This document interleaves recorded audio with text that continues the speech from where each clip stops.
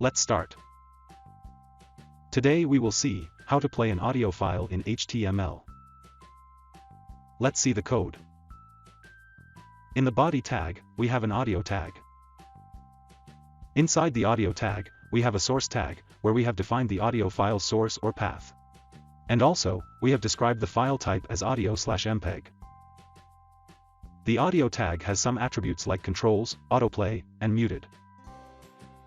The controls attribute shows the player controls of the audio player.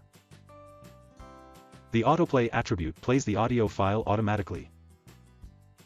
The muted attribute keeps the audio file muted. Then, we have some text over here. This text will only be visible when our browser does not support an audio tag. Else this text will always be hidden. Let's run this code in a browser.